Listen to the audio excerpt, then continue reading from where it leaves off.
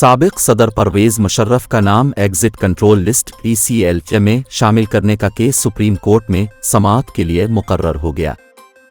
Chief justice Umar Ata बिंदियाल ने मुकदमे की समाअत के लिए बेंच तश्कील दे दिया। चीफ जस्टिस की सरबराही में 3 रुकनी बेंच 5 सितंबर को केस की समाअत करेगा।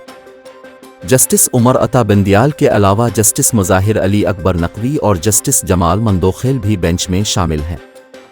याद रहे कि 3 नवंबर 2007 को मुल्क में इमरजेंसी नाफिज करने पर एक वकील की जानिब से परवेज़ मुशर्रफ का नाम ECL में शामिल करने की दरख्वास्त दी गई थी। आइन मुअत्तल करने और गद्दारी समेत मुतादिद मुकदमात का सामना करने वाले साबिक सदर परवेज़ मुशर्रफ 5 फरवरी 2023 को दारफानी से कोच कर गए थे।